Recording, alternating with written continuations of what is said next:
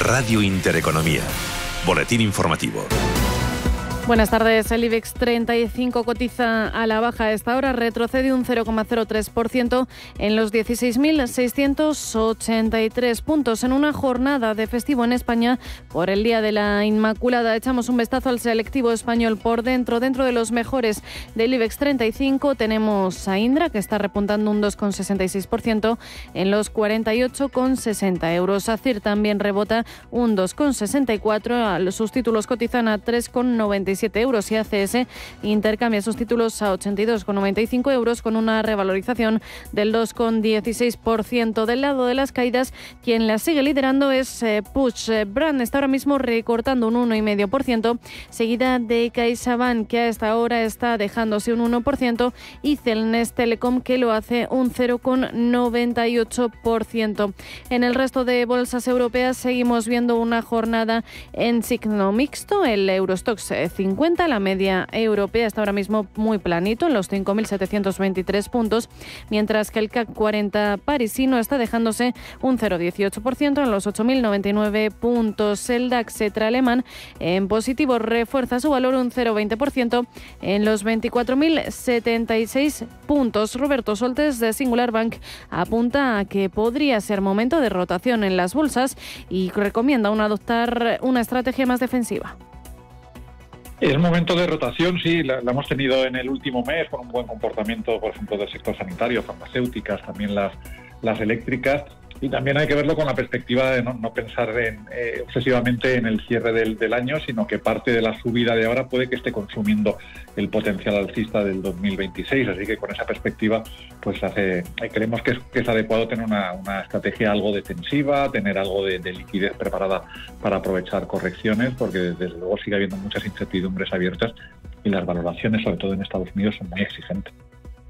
En política monetaria, Peter Casimir, miembro del Banco Central Europeo, no ve que haya motivos para cambiar los tipos de interés en los próximos meses, y menos en la reunión del 18 de diciembre. Por su parte, Olli Rehn, miembro también del Banco Central, mantiene plena libertad de acción sobre los tipos de interés. Concreta que los riesgos de inflación a la baja son ligeramente mayores que los de inflación al alza. Y también nos hemos despertado con declaraciones de la miembro del BCE, Isabel Schnabel, que ha indicado que el próximo movimiento podría ser una subida de los tipos de interés en lugar de un recorte, aunque no en un futuro próximo. El BCE ha reducido los tipos en un total de 2 puntos en el año hasta junio, pero desde entonces los ha mantenido en los niveles actuales. Al otro lado del Atlántico, el miércoles tenemos reunión de la Reserva Federal. Los mercados se debaten entre una pausa o un descuento de 25 puntos básicos. Jorge del Canto, asesor financiero. Que el paro, todos sabemos que no sigue una evolución lineal, que al mismo tiempo tenemos datos ya de consumo bastante anticipados de todo el año y vemos una clara ralentización del consumo en Estados Unidos. No es que decrezca, pero sí se ha estancado desde mediados de año. Esas dos cosas encima de la mesa pueden dar motivo a que haya una bajada de 1/4 punto preventiva. A mí no me sorprendería en este momento ni lo uno ni lo otro. En Estados Unidos, los futuros sobre los principales índices aventuran subidas. El Dow Jones de Industriales sube un 0,05%, y en clave internacional, el presidente ucraniano se encuentra en Londres, donde se reunirá con el secretario general de la OTAN, Mark Rutte, y la presidenta de la Comisión Europea, Ursula von der Leyen. I don't think Ukraine is going to be abandoned, but I think for years, again, it was the same thing as the last answer, which is, well, we want to attack Russia, we want to do this, well, when it comes to actually writing a check ourselves, no, the US is El hijo de Donald Trump, Trump Jr., ha anunciado que su padre podría alejarse de la guerra de Ucrania. Según apuntan desde la AFP, Estados Unidos estaría presionando para que Ucrania acepte rápidamente el acuerdo. Otras noticias. Y en política nacional, el PP aumenta su distancia respecto al PSOE, que por segundo mes consecutivo cae en la encuesta de 40 dB para la cadena SER. Si hoy se celebrasen elecciones, el partido de Feijóo conseguiría situarse en primera posición con el 31% de las papeletas. Se quedan escuchando Radio Intereconomía. La información volverá dentro de una hora.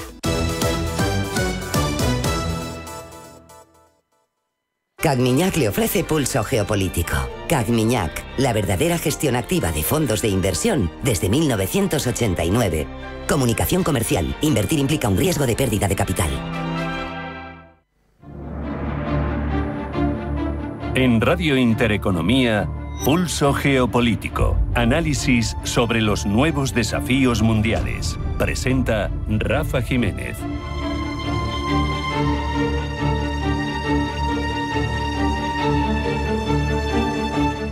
Bienvenidos a Pulso Geopolítico. Hay quien ahora se inquieta al descubrir que mientras Europa hablaba de otras cosas, la transición ecológica o la recuperación económica, Alemania estaba preparándose en silencio para una guerra. 3 años lleva haciéndolo.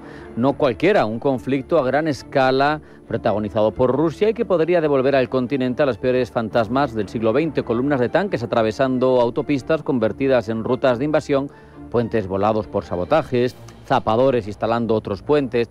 Y es que el Oplandeu, el Operation Plan for Germany, es un documento de casi 1.200 páginas, en su momento clasificado como secreto, que revela que el ejército alemán, el Bundeswehr, ha estado trazando desde 2022 un escenario en el que el país se convertiría en plataforma logística central de la OTAN en caso de un enfrentamiento con Moscú.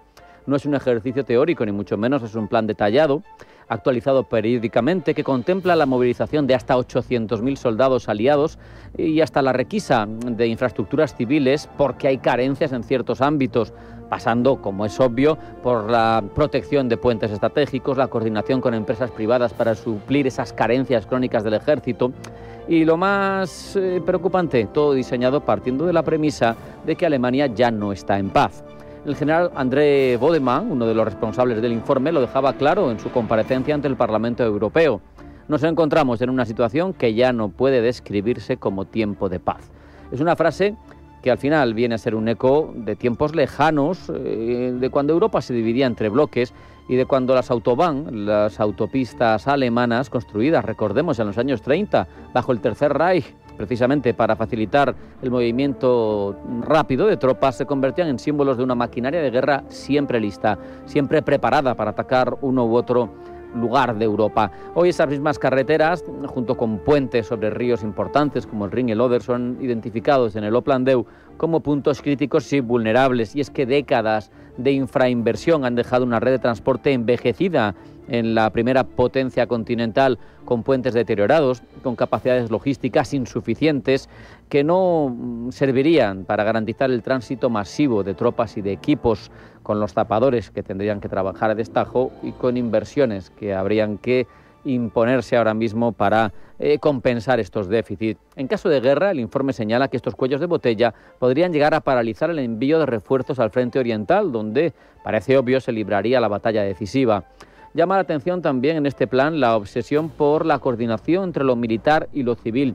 Y es que la capacidad dual se ha perdido ahora mismo. El Oplandeu reconoce que desde los años 90 las infraestructuras se han diseñado pensando únicamente en tiempos de paz, en usos pacíficos, sin contemplar su posible conversión en herramientas de guerra, de uso dual al menos. Por eso el documento insiste en la necesidad de reactivar viejos protocolos, como la requisa de camiones cisterna. De hecho, el ejército solo tiene 70 ahora mismo, el ejército alemán. Se necesitarían al menos 1.000. La movilización de hospitales civiles para atender heridos de combate o la colaboración con compañías logísticas privadas como Deutsche Bahn, en este caso pública pero logística, o el puerto de Hamburgo, para garantizar el flujo de suministros. Incluso se plantea la creación de socios estratégicos en el sector privado, algo impensable hace una década, cuando la idea de una guerra en Europa a cualquiera que se nos preguntara nos parecía un verdadero anacronismo. Lo más perturbador, sin embargo, no es el plan en sí, sino lo que representa el regreso de Alemania al centro de la maquinaria de guerra europea. Durante la Guerra Fría, la República Federal era el escenario donde un hipotético conflicto entre la OTAN y el Pacto de Varsovia posiblemente se podría desarrollar, el lugar desde donde se enviarían tropas, armas, suministros de combate. Esto, al final, nos demuestra que ahora, si pasara algo en Ucrania, si pasara algo en Polonia, al final Alemania volvería a ser esa retaguardia logística, si no el campo de batalla. Desde luego está claro que sí, la retaguardia logística, desde donde se enviarían tropas, armas y suministros hasta el combate. Esto tiene implicaciones de calado. Alemania acepta, por un lado, que el fantasma de la guerra vuelve a su territorio, también que la OTAN ya no es un mecanismo de disuasión, es una alianza que tiene que prepararse para el combate real, o hechos prácticos concretos como que las Autobahn, esas autopistas que hoy se usan para viajar y para transportar mercancías, fueron concebidas por los ingenieros del Tercer Reich como arterias para el Blitzkrieg, esa guerra relámpago que consiguió conmocionar al mundo. Un diseño sin curvas pronunciadas, con puentes resistentes, con tramos muy rectos, que responden ¿a qué? Pues a eso, a la necesidad de mover divisiones acorazadas a toda velocidad. Pues hoy esos mismos tratados aparecen en los planes de Opel-Deu como rutas críticas para el despliegue de la OTAN. Las carreteras que ayudaron a Hitler a invadir Europa podrían ser ahora las que salven a Europa de una nueva invasión, en este caso llegada desde Rusia. El hecho, además, que también tiene otra lectura, es que Alemania asume su propia vulnerabilidad. Es evidente que sería un objetivo prioritario por parte de Rusia si finalmente se produjera ese ataque, porque su economía, la mayor de Europa, es el motor que sostiene a toda la Unión Europea. Por lo tanto, ataques a infraestructuras críticas alemanas no paralizarían solo al Bundeswehr, paralizarían a toda la respuesta occidental a esa agresión.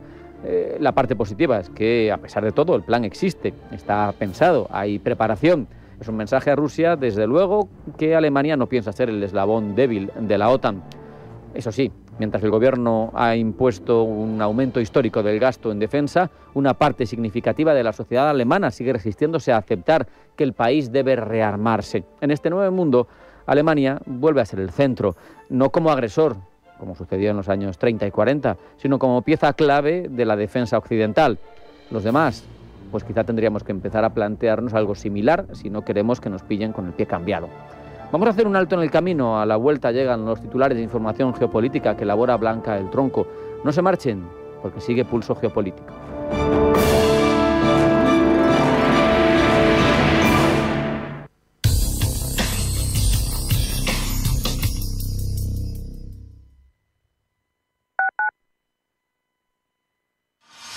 Radio Intereconomía, la radio de los negocios para estar bien informado. ¿Quieres diversificar tu cartera de inversión y proteger tu patrimonio? Haz lo posible con Silver Gold Patrimonio. Entra en el fantástico mundo de los metales preciosos de inversión de forma sencilla y acompañada por los consultores expertos de Silver Gold Patrimonio. Oro, plata, platino, paladio, rodio, osmio. Silver Gold es patrimonio inteligente. Geopolítica, mercados, bancos centrales. Los temas más candentes que impactan en la economía mundial están en Visión Global. Cada tarde de lunes a viernes a las 7 con Marta Isern. Visión Global. Marcamos la diferencia. Radio Intereconomía. Cooperativa El Progreso, cada gota cuenta. Desde 1917, brindándote lo mejor en vinos. Vinos jóvenes de crianza, reserva y gran reserva. Son el acompañamiento perfecto para tus grandes momentos. Ojos del Guadiana, nuestra joya. Viñas Etar, el placer de la espuma en cada sorbo. Visita bodegaselprogreso.com o síguenos en nuestras redes sociales. Cooperativa El Progreso. Vive nuestra historia con nosotros. En Radio Intereconomía te acompañamos donde tú quieras. Sintonízanos en directo a través de la radio, nuestra web, aplicación móvil o canal de YouTube. Si lo prefieres, también puedes encontrarnos en diferido a través de iVoox, Apple Podcast, Spotify y todas las plataformas de podcast. La mejor información económica en cualquier momento y desde cualquier lugar. Radio Intereconomía, siempre contigo.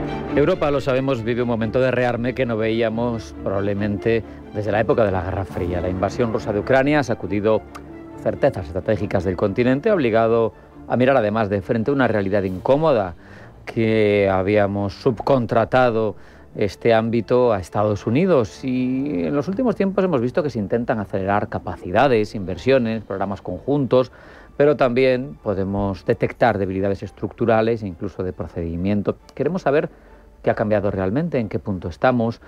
Para eso, nadie mejor que Carlos Martí Sempere, que es analista de defensa, doctor en seguridad internacional, profesor en diversos másteres de defensa. Carlos, bienvenido, buenas tardes. Buenas tardes. Y además autor del documento de trabajo del Instituto Español de Analistas que reza La transformación de la industria de defensa, de la guerra del Golfo al conflicto de Ucrania. Echándole un vistazo, pues se leen cuestiones interesantes como que Europa invierte poco en defensa, en particular en adquisiciones, pero especialmente poco en I+D. Y mi pregunta sería así, como para situar un poco el debate, o vamos a la reflexión, ¿esto nos va a dejar siempre a los europeos dependiendo para lo más avanzado de proveedores externos? El único proveedor externo que nos puede hacer un poco del que dependemos realmente es de los Estados Unidos. Realmente Europa no está en capacidades militares ni en tecnologías demasiado atrasada, pero sí que es cierto que Estados Unidos nos lleva una ventaja muy considerable. Los europeos, prácticamente desde que acabó la Segunda Guerra Mundial, hemos invertido poco en defensa. Teníamos el paraguas norteamericano que nos ha cubierto durante muchísimos años, y los europeos hemos dado prioridad a otras necesidades más perentorias, desde sanidad, justicia, educación, otros aspectos, siempre con la plena confianza del paraguas norteamericano, no solo en capacidades convencionales, sino también en armas nucleares, con lo cual pues nos daba una protección enorme. Todo este panorama se ha ido con el tiempo deteriorando, sobre todo en los últimos años, porque yo creo que hasta incluso en la administración Biden todavía las relaciones eran bastante buenas, pero con la reentrada de Donald Trump, pues las cosas parecen más difíciles. Trump quiere alejarse un poco de Europa. El centro político o el centro clave del mundo se ha desplazado al sureste asiático. Estados Unidos protege a Europa, pero tiene otros intereses más perentorios, y Estados Unidos lo que quiere, que es una reclamación desde hace muchísimos años, es que los europeos nos preocupemos un poco más de nuestra defensa. Hay factores entonces que han convertido esa reindustrialización de la defensa europea en una prioridad política, económica, especialmente desde la guerra de Ucrania, ¿no? Sí, realmente, bueno, yo creo que el desplazamiento hacia el sureste asiático es un fenómeno de hace ya más años, de ahora 10 años, pero también es cierto que desde que la Federación Rusa invade Crimea. O Georgia, incluso si te remontas más atrás. Sí, pero sobre todo la invasión de Crimea ya alerta a Europa de que las cosas están cambiando y están siendo más difíciles. Pero evidentemente ya cuando en 2022 se produce la invasión, pues el tema está todavía mucho más claro, que tenemos a un enemigo muy cercano, y los europeos, un Estados Unidos con Donald Trump que quiere que paguemos esa factura y que quiere que ayudemos directamente a Ucrania y que esa factura no la pague al 100% Estados Unidos. ¿Qué ocurre? Que la ayuda a Ucrania requiere un esfuerzo de guerra sin precedentes en Europa. Es decir, el armamento que se fabrica en Europa era un armamento que se fabricaba fundamentalmente para tiempos de paz. Ahora, en tiempos de conflicto, en tiempos que hay que hacer entregas muy rápidas y masivas de ciertos armamentos y ciertos equipos, pues Europa se ha encontrado que no tenía esas capacidades disponibles.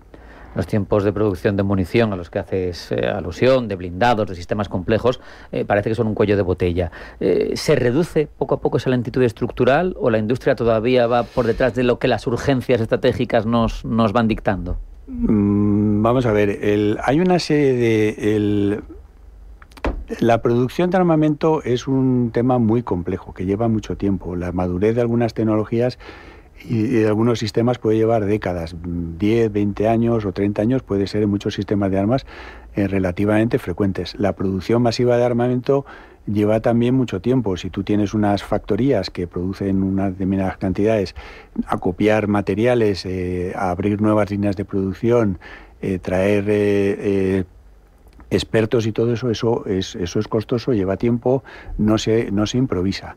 ¿Qué está ocurriendo? Pues evidentemente desde 2022 ahora pues hay ciertos armamentos que Europa ya está produciendo a bastante gran escala y que están ayudando a suplir las necesidades de materiales de Ucrania, pero hay otros desarrollos más complejos que son más a largo plazo que está costando bastante más. El plan Rearme Europa para 2030 ya marca fechas para tener ya desarrollos bastante más adelantados, pero el recuperar ese retraso a los europeos nos va a costar todavía más años. Yo creo que 2030 es una fecha en la que probablemente consigamos márgenes ya altos, pero todavía queda tiempo para que los europeos tengamos todas las capacidades militares que con la actual situación geoestratégica o geopolítica pues va a tener que vamos a tener que los europeos mantener o sostener. La industria reclama previsibilidad de demanda, ¿no? Contratos a largo plazo, porque así se garantiza la capacidad la posibilidad de ampliar su capacidad. Y yo te pregunto, ¿crees que los gobiernos que tanto están hablando en cumbres últimamente han cambiado su mentalidad en este sentido? A ver, yo creo que los gobiernos lo que sí que han hecho, se han dado cuenta de que tienen que subir el gasto militar, mientras la situación geopolítica no mejore. Pero imaginemos que dentro de unos meses se llega a un acuerdo con Ucrania, cesa la tensión, pues es muy posible que también los dirigentes europeos volvieran a repensarse sus presupuestos. Si la situación continúa, pues probablemente los europeos sigamos gastando en defensa y probablemente por bastantes años. Yo no soy optimista en que este conflicto acabe demasiado pronto, pero bien pudiera ser y sería aplaudible y todos nos alegraríamos. Pero en esos plazos, pues bueno, los europeos vamos a tener que seguir gastando e invirtiendo y vamos a tener que seguir ampliando nuestra industria y las naciones, pues bueno, van a ir reforzándose, vamos a seguir gastando dinero en I+D, nuestros sistemas de armas van a mejorar y nuestras capacidades militares van a aumentar. Al final, la autonomía estratégica lo que parece que nos requiere, que nos exige, es proteger unas cadenas de valor de la industria, ¿no? Dominar tecnologías críticas, invertir más en I+D. La dependencia tecnológica, al final, Carlos, parece tan peligrosa, no sé si más, como la dependencia de suministros. Si no eres capaz de estar a la última, no vas a desarrollar las mejores armas, ¿no?, que te protejan. Bueno, tienes que... A ver, el conflicto armado siempre ha sido una lucha por tener los mejores medios. Eso va a ser así ahora, o sea, lo era en tiempos de Grecia y era en tiempos de Roma y lo sigue siendo ahora. Quiero decir, tú, el que tiene mejores métodos, tiene una cierta ventaja frente a tus adversarios, que en un momento determinado puede ser determinante. Las guerras no se ganan por la mejor tecnología, no siempre se ganan por la mejor tecnología. Las guerras se ganan por muchas más cosas, por una economía que apoya a ese gasto militar, por unas fuerzas armadas bien preparadas, por un deseo de la sociedad de no verse supeditada a otras naciones, etcétera, etcétera. Un avance tecnológico es importante, tener buenas tecnologías es importante. Las tecnologías, pues a veces se comparten, a veces se compran, a veces se comparten. Hay tecnologías que, bueno, pueden ser muy críticas y puedes tener una dependencia importante. Si tu socio que te da esas tecnologías es fiable, pues tampoco hay tanto problema. Si tu socio no es fiable y te niega esas tecnologías, pues la cosa se puede complicar. ¿Conviene ser un poco autónomo? Pues yo diría que sí, conviene ser un poco autónomo. ¿Exagerar esa autonomía? Bueno, los europeos hemos vivido 50 años con una dependencia de Estados Unidos que nos ha ido muy bien, ahorrándonos dinero y dedicando las cosas para otras cosas. Cuidado, porque esa dependencia depende de los casos. Pero bueno, tener unas buenas tecnologías en tu país y tener capacidades productivas, pues sí es siempre interesante. El presidente de Italia, Sergio Mattarella, hablaba de ese periodo denominándolo como el vasallaje feliz de Europa respecto de Estados Unidos. Para terminar, Carlos, hemos visto que hay una ventana política que se puede cerrar, lo apuntabas tú en una de tus reflexiones, si cambiaran las circunstancias, pues igual esa ventana política se cierra antes de tiempo. Entonces, si la transformación industrial en el ámbito de la defensa no culmina hacia donde tiene que ir, ¿en qué escenario nos vamos a encontrar? Me refiero, ¿vamos a depender siempre ya de forma permanente de Estados Unidos? ¿Vamos a ser vulnerables estructuralmente, perder capacidades de disuasión? ¿Hacia dónde vamos a ir si esto no culmina bien? Si esto no culmina bien, pues bueno, seguiremos, vuelvo a decir, si tú gastas 100 y Estados Unidos gasta 200, pues evidentemente Estados Unidos va a liderar. Si Estados Unidos gasta 200 y la China gasta 400, pues en 20, en 30, en 40 años los chinos se convertirán en el líder mundial y tendrán capacidades que incluso los Estados Unidos temerán. Entonces, es que eso es así. Si los europeos, pues mientras gastemos lo que gastemos, si gastamos menos que otras naciones, pues nunca seremos líderes.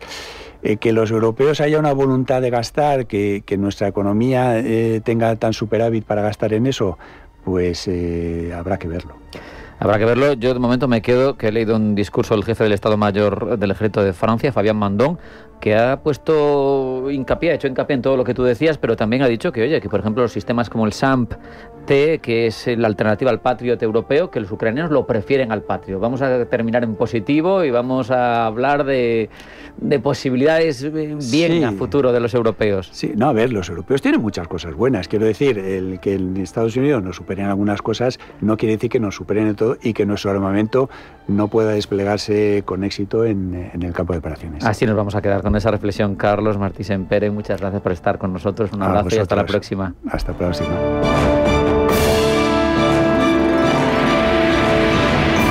Te dijeron que invertir era solo para ricos. Te mintieron. En Gold Waves Group, con $30.000 puedes empezar a moverte globalmente, con estrategia, con visión, con Gold Waves Group. ¿Vas a seguir viendo cómo otros ganan? Invierte con Gold Waves Group. Agenda tu consultoría gratuita en goldwavesgroup.com. 11:20, sede central del equipo ahorro de Naturgy. Señora Caldera, debe usted pasar una revisión para funcionar correctamente. Si decide no hacerlo, cualquier grado que pierda podrá ser usado en su contra. Y si no tiene usted un técnico, tranquila, se le asignará uno de los mejores. Otro caso resuelto por el equipo ahorro. Encuentra todos sus consejos en las redes sociales de Naturgy. Bontobel Asset Management. Calidad suiza con el objetivo de obtener rendimientos superiores a largo plazo. En Bontobel Asset Management siempre estamos a la vanguardia de las inversiones activas en bonos y acciones. Para más información, entre en nuestra página web bontobel.com/am. Bontobel Asset Management, su especialista global en fondos de inversión. Llega a Madrid Houdini, un musical mágico. La única experiencia que fusiona grandes ilusiones con teatro musical. Más de 20 ilusiones en escena, emociones al límite, riesgo real y una historia profundamente humana. Solo en el Teatro Calderón. Entradas en houdinielmusical.com. Antes de que amanezca te acompaña, escucha y ameniza las mañanas en Radio Intereconomía. Antes de que amanezca, con Guillermo Sancho Muela. De martes a viernes, de 6 a 7 de la mañana, en Radio Intereconomía.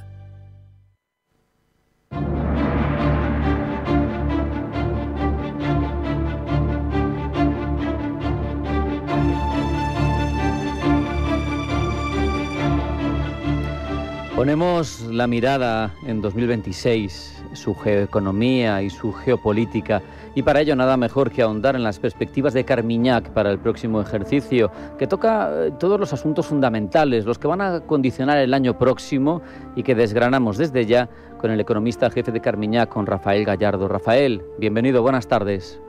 Buenas tardes, Rafael. Las perspectivas de Carmiñac para 2026 plantean que el crecimiento mundial se va a mantener en el 3% en 2026, a pesar de que las condiciones financieras se quedan acomodaticias y de una aceleración en el ciclo del crédito. Rafael, ¿qué impide que el ciclo económico global vuelva a acelerarse en condiciones tan favorables? Sí, es la paradoja de que, bueno, vivimos con esta paradoja desde el año 2023, diría. Es decir, que por un lado hay una suavización monetaria que provoca un crecimiento al mismo tiempo no puede superar el 3%. Y nosotros lo explicamos principalmente a causa del riesgo geopolítico, que sigue siendo muy alto. Y bueno, para el 2026 podemos decir que este riesgo geopolítico va a bajar en el eje China-Estados Unidos, con una visita oficial de Donald Trump en abril en Pekín, pero al mismo tiempo va a aumentar en Europa, porque si se firma una paz en Ucrania sería una paz muy inestable y también es una invitación a que Rusia aumente su presión sobre los otros países de la OTAN, es decir, Bulgaria, Polonia y los estados bálticos. Uno de los motores clave que identificáis es el boom de la inversión en inteligencia artificial. Y claro, que el boom está ahí, es obvio, pero la pregunta que uno se hace ¿es estructural? Sí, nos parece que es una revolución tecnológica, así que es estructural. Y bueno, cuando miramos a varios estudios académicos o por los bancos de inversión, bueno, si haces un promedio, podemos esperar un aumento de las ganancias de productividad alrededor de 1.5% por año, que es como doblar el crecimiento de la productividad, que podría desembocarse a lo largo de 10 años. Y eso, si calculamos el valor presente descontado neto de esas ganancias, nos genera como 20 billones de dólares. Es decir, que existen oportunidades de beneficios enormes. La problemática es decir, quién va a beneficiar de esto, cómo se va a compartirse este beneficio entre las empresas, entre los usuarios, entre el capital y el factor laboral. Así que existe mucha incertidumbre, pero no cabe la menor duda que va a continuar este ciclo de inversión. De hecho, yo veo una derivada preocupante, ¿no? Esa comprensión por parte de muchos ya de que la riqueza en renta variable que generan las acciones de inteligencia artificial, al final, como conclusión, no viene a ser otra cosa que el reflejo de la depreciación del capital humano, ¿no? Por una tecnología revolucionaria que lo que viene es a sustituir mano de obra, ¿no? Exactamente, es la segunda paradoja en nuestras perspectivas, es decir, que tenemos este aumento del mercado de la renta variable, esencialmente en Estados Unidos, en Europa, en Corea del Sur y Japón, que refleja este milagro prometido por la productividad de la IA, pero al mismo tiempo me parece que la juventud lo entiende confusamente, pero lo entiende que es una tecnología que no va a crear nuevos productos o nuevos servicios, sino que va a sustituirse al factor laboral y principalmente a los jóvenes que no tienen experiencia. Y así, por un lado, tienes este efecto de riqueza que beneficia a los jubilados, por ejemplo, que tienen sus ahorros en la renta variable, pero al mismo tiempo la generación de los jóvenes no benefician del aumento de la renta variable, sino sienten que su propio capital laboral, es decir, que su capacidad a ganar salarios a lo largo de su vida está disminuyendo. Y así que este efecto de riqueza de la IA no puede generar un crecimiento más fuerte de la economía. Y entonces estamos como atrapados en este régimen de crecimiento débil. Rafael, vuestro texto, vuestro trabajo a la hora de evaluar ese 2026 que va a entrar, señala 3 pilares para el crecimiento muy claros: la inteligencia artificial, la seguridad nacional, pero también el despilfarro fiscal. ¿No te parece preocupante que el dinamismo de la economía el año próximo vaya a depender de motores que son al final poco convencionales? Sí, son motores, como lo acabamos de discutirle, que no pueden generar un crecimiento fuerte. Si miramos a cada uno, la inteligencia artificial, acabamos de decir que bueno, hay un efecto de riqueza gracias a las promesas de productividad, pero que no se puede compartir entre las generaciones y que al contrario, la riqueza de los jubilados es la pobreza, el empobrecimiento de la juventud. Así que, bueno, es como un juego que se suma a cero. El segundo son el gasto en lo que llamaban la seguridad nacional, es decir, el gasto militar y también el gasto en recrear cadenas de suministro más estables, es decir, que, bueno, bajar nuestra dependencia a China. Eso es una fuente de pérdidas de productividad, porque recreamos algo que ya existe en China.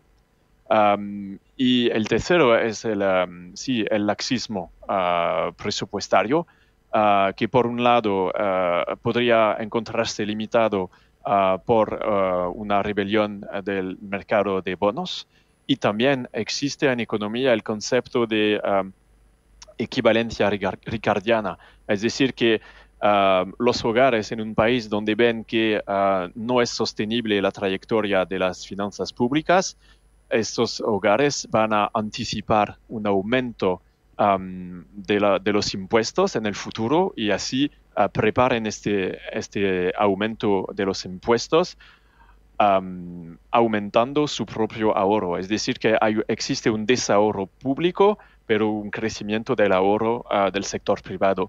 Así que al fin y al cabo, estas fuentes de productividad, de crecimiento, no pueden convertirse en un régimen más robusto de crecimiento. Uh-huh.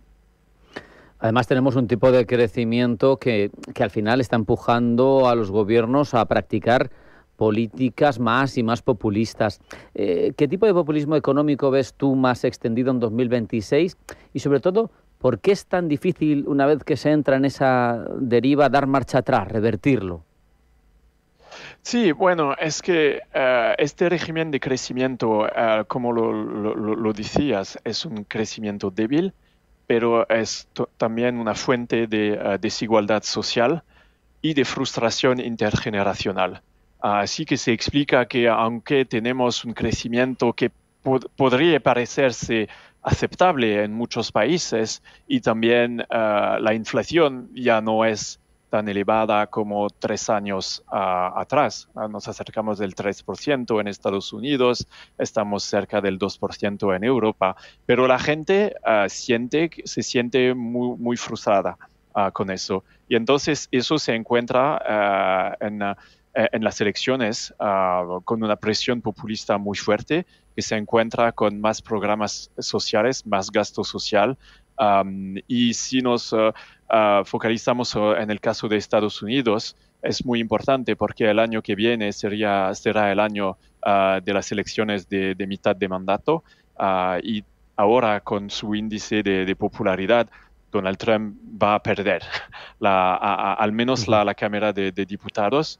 Y así que él va a emplear este populismo, no solo va a hacer más recortes fiscales para los hogares, pero también una tentativa de regulación bancaria, también poner más presión sobre la independencia del Banco Central. Y al final, algo que me parece completamente loco, hay una tentativa de bajar el precio del petróleo con una aventura militar en Venezuela. Pero con Donald Trump tendremos más sorpresas, me parece, el año que viene. Sí. En esa lógica que estabas planteando, Rafael, en torno a las midterm y a un estímulo económico acelerado por parte de esos intereses electoralistas de Trump, eso es lógico que suceda, ¿no? Porque quiere ganar las elecciones, pero ¿eso qué efectos inmediatos puede tener en la economía estadounidense? Porque al final es una expansión fiscal en toda regla. Sí, exactamente. Y entonces lo que esperamos como resultado de eso es un regreso de la economía americana en una situación de sobrecalentamiento. Porque por una parte tienes una economía donde el lado de la oferta va a enfrentarse con un techo al 2%, particularmente porque Donald Trump sigue con una política muy restrictiva al nivel de la inmigración, aún más después de los atentados que tuvimos la semana pasada, y al mismo tiempo está empujando la demanda, una demanda más fuerte, con su paquete fiscal, sus demandas de bajada de tipo del Banco Central, y así, bueno, la inflación no se puede regresar a la meta del 2%. Y al fin y al cabo tienes una economía que va a enfrentarse con un techo al 2% y una inflación que se quedaría alrededor del 3%. Y lo que nos molesta es que el mercado está integrando en los precios ahora una economía creciendo al 3% y una inflación al 2%. Pero desde nuestro punto de vista va a ser el contrario. Entonces, ¿podríamos, Rafael, considerar ese 3% como el nuevo suelo estructural de los precios en Estados Unidos? Sí, claramente. Me parece que, bueno, incluso antes de Donald Trump, me parece que escuchando a los discursos de los miembros de la Reserva Federal, la Fed, ya habían aceptado en su cabeza que el suelo para la inflación sería 3%, y con el efecto negativo de las políticas de Trump, es decir, los aranceles, las restricciones a la inmigración, el techo del crecimiento sería del 2%. Así que es un cóctel bastante tóxico para los mercados. No quiero ser demasiado pesimista porque sabemos que van a llegar los efectos de la IA en esta economía, pero está demasiado temprano para contar con ellos en el 2026. Hemos hablado de la Fed, de políticas monetarias. Las perspectivas de Carmignac recogen una monetización forzada por parte de los bancos centrales. ¿Tú crees que estamos ante el final de ese marco ortodoxo que viene definiendo la política monetaria de esos bancos centrales desde los años 80? Sí, absolutamente. Vemos que existen bancos centrales como la Banca de Inglaterra, la Fed, el Banco de Japón, que ya han aceptado un nivel de inflación por encima de la meta de 2% desde varios años, y ahora se encuentran con una presión política muy fuerte. En Japón, por ejemplo, tienes un banco central que ya perdió su independencia de manera casi formal hace 12 años. Y en Estados Unidos estamos en un proceso de pérdida de la independencia. Así que nos quedamos con el Banco Central, cuya independencia está protegida en la Constitución de la Unión Europea. Y bueno, diría que ha hecho una buena tarea de defender este dogma. Y también su trabajo sobre la inflación era muy diferente de lo que hicieron los otros bancos centrales. Es decir, que el Banco Central de Europa se dijo, bueno, tengo 3 años para llevar la inflación de regreso al 2% después de los choques de la guerra en Ucrania y del COVID. Y bueno, diría que han sucedido.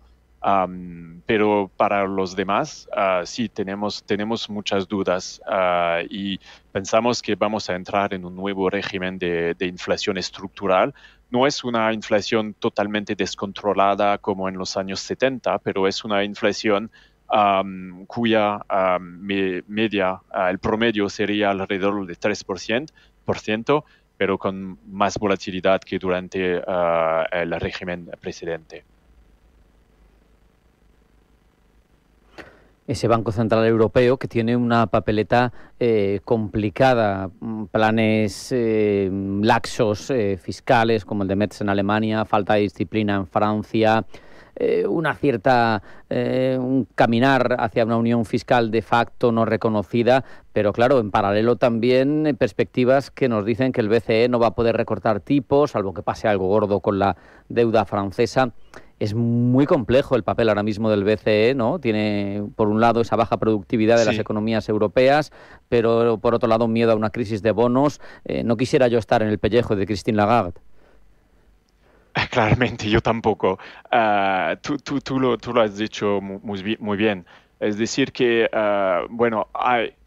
han logrado recuperar una inflación cerca de la meta, pero al mismo tiempo, si la economía no es tan mal, hemos digerido bastante bien hasta ahora el choque de los aranceles de Trump.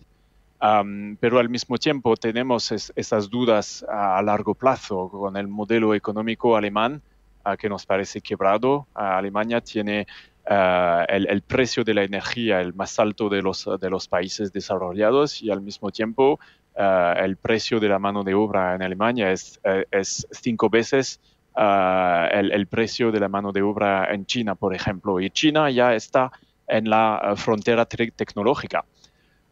Así que se puede poner la pregunta, no deberían anticipar esto y cortar los tipos más, pero lo que lo impide es que tenemos sorpresas negativas sobre la productividad cada trimestre. El Banco Central tiene que revisar a la baja sus previsiones de productividad, entonces que no pueden cortar los tipos. Y por otro lado, como lo decías tú, claro. Hay también el riesgo extremo de una crisis de bonos en Francia y por eso le forzaría a monetizar la deuda francesa, que en mi parecer podría desembocar una crisis existencial para la zona del euro. Entonces que están como tetanizados entre estos dos riesgos, un repunto de la inflación que va a alimentar más populismo en los gobiernos y más déficit fiscales.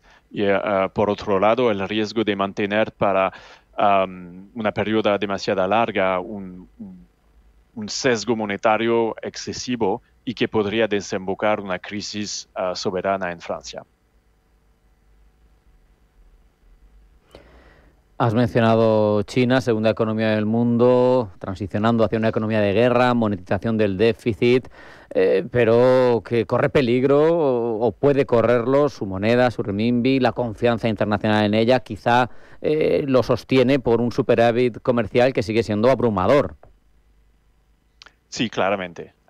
Y como ya lo discutimos en un previo episodio, llamamos este régimen de crecimiento un régimen de depredación exportadora. Es decir, que China acumula demasiadas inversiones y está exportando su propia deflación.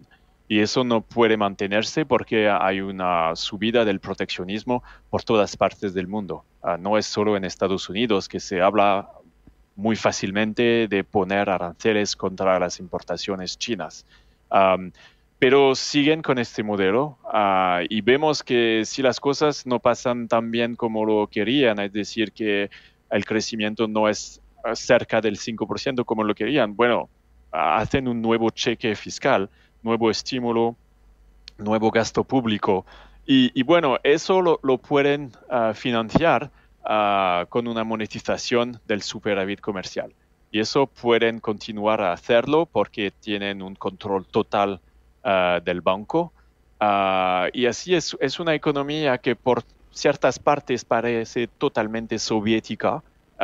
Es decir, hay la dirección y la inversión de los ahorros domésticos es totalmente dirigista, hecha por el Estado. Y al mismo tiempo hay una economía exportadora que está en la frontera tecnológica y súper competitiva. Pero es un modelo tan extremo que no se puede sostener. Entonces, como lo preguntabas, ¿cuándo pueden continuar haciéndose? Me parece que a lo largo de este superávit comercial, mientras se mantiene este superávit, lo pueden monetizar sin arriesgar un colapso de la divisa. Y entonces, en el 2026 es lo que esperamos, es decir, un crecimiento que puede mantenerse con un suelo a los 4% y con más gasto publicado que se financia con la monetización por el Banco Central.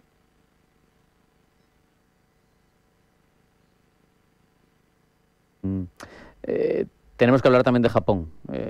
Se habla de un escenario casi de Truss japonesa, ¿no? Como Liz Truss. La nueva primera ministra Takaichi quiere el Abenomics, pero es una receta compleja, ¿no? Según leo en vuestro informe, porque en una economía sobrecalentada, pues no es lo que conviene, ¿no?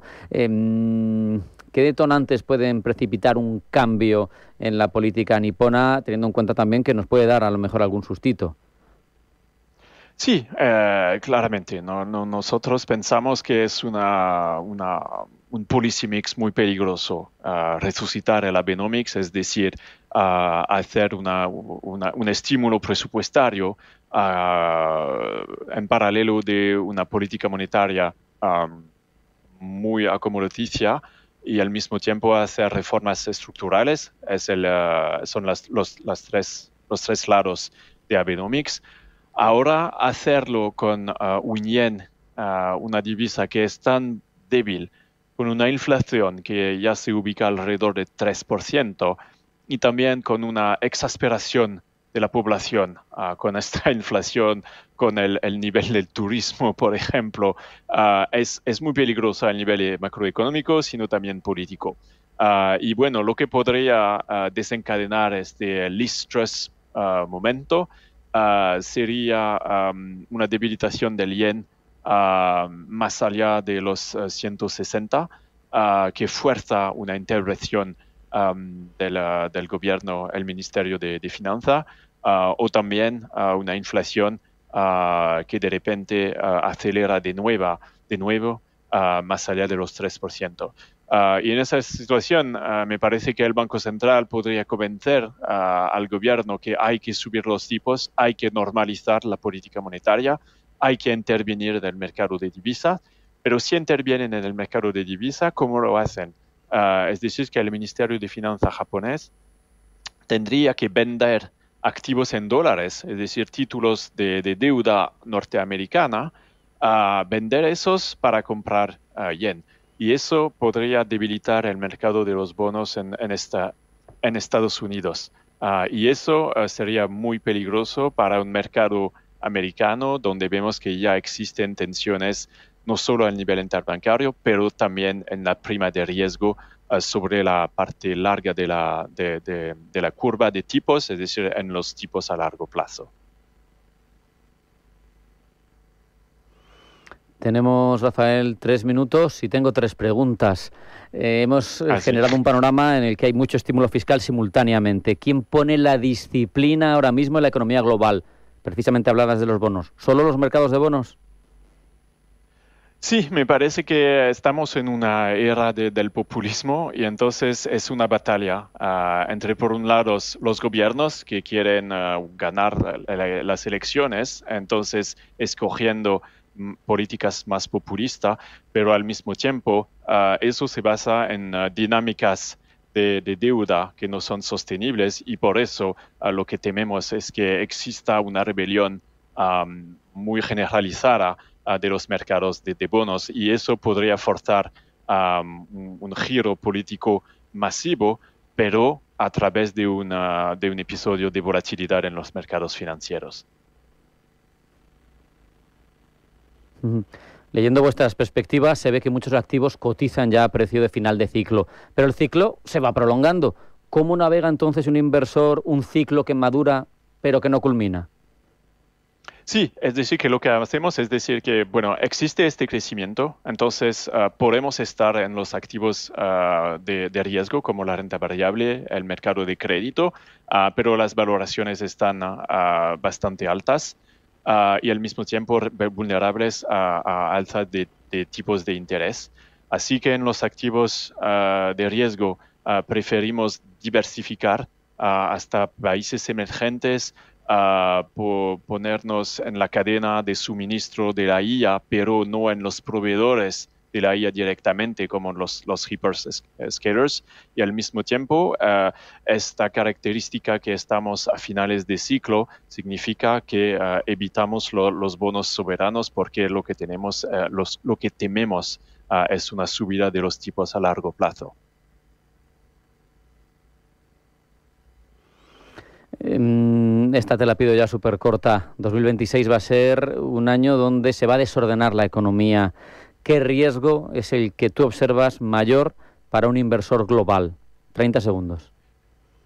Te diría dos cosas. Primero, este estallido de la burbuja de la IA nos parece el riesgo número uno. Y el segundo es el riesgo que se acabe las operaciones de portaje en yen, es decir, los yen carry trade, es decir, una subida muy fuerte y desconectada de la política en la divisa japonesa. Pues con esas reflexiones terminamos este repaso exhaustivo de lo que puede suceder el año próximo a partir de esas perspectivas económicas de Carmignac. Hemos contado para ello con Rafael Gallardo, economista jefe de Carmignac. Como siempre, hemos aprendido mucho de tus palabras. Un abrazo y hasta la próxima. Muchas gracias, Rafael. Hasta luego. No hay tiempo para más. Hasta aquí Pulso Geopolítico. Sean felices, pasen buena tarde y mañana más. Hasta mañana.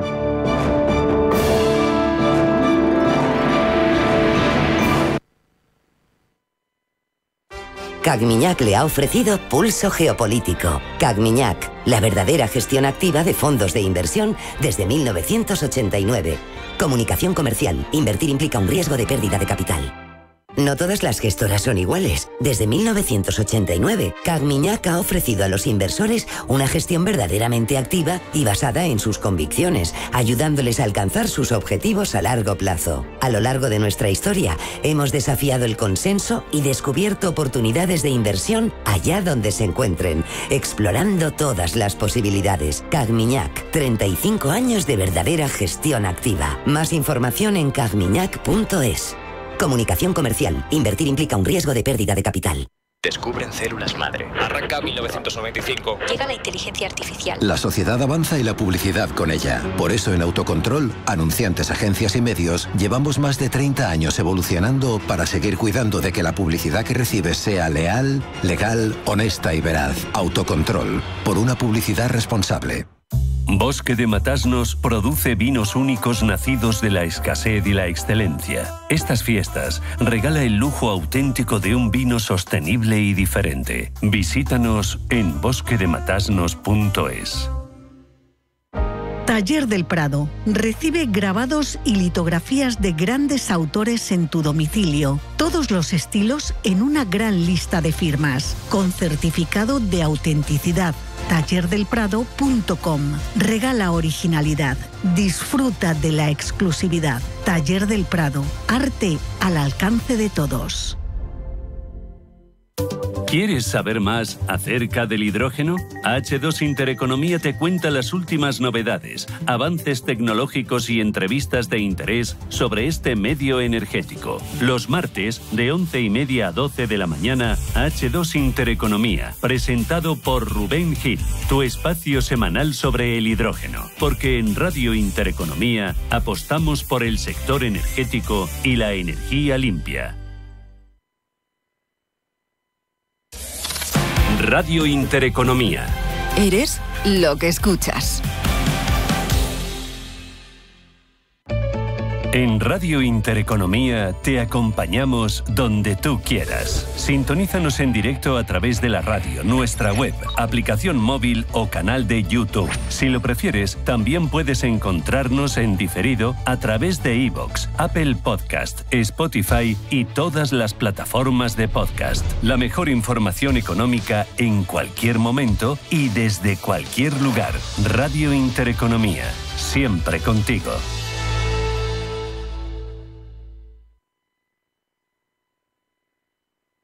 La Hora de Miguel Ángel es un programa dedicado a la salud y la prevención de enfermedades. Con un lenguaje claro y sencillo, te explica cómo llevar una vida saludable. La Hora de Miguel Ángel, todas las noches a las 12 en Radio Intereconomía. El Varadero, en Radio Intereconomía, te invita a navegar por los puertos de España. Descubre tradiciones, historias, cultura marinera y la actualidad del sector marítimo. Del Cantábrico al Mediterráneo, pasando por Baleares y las Canarias. Cada jueves, de 10 a 11 de la noche, en Radio Intereconomía.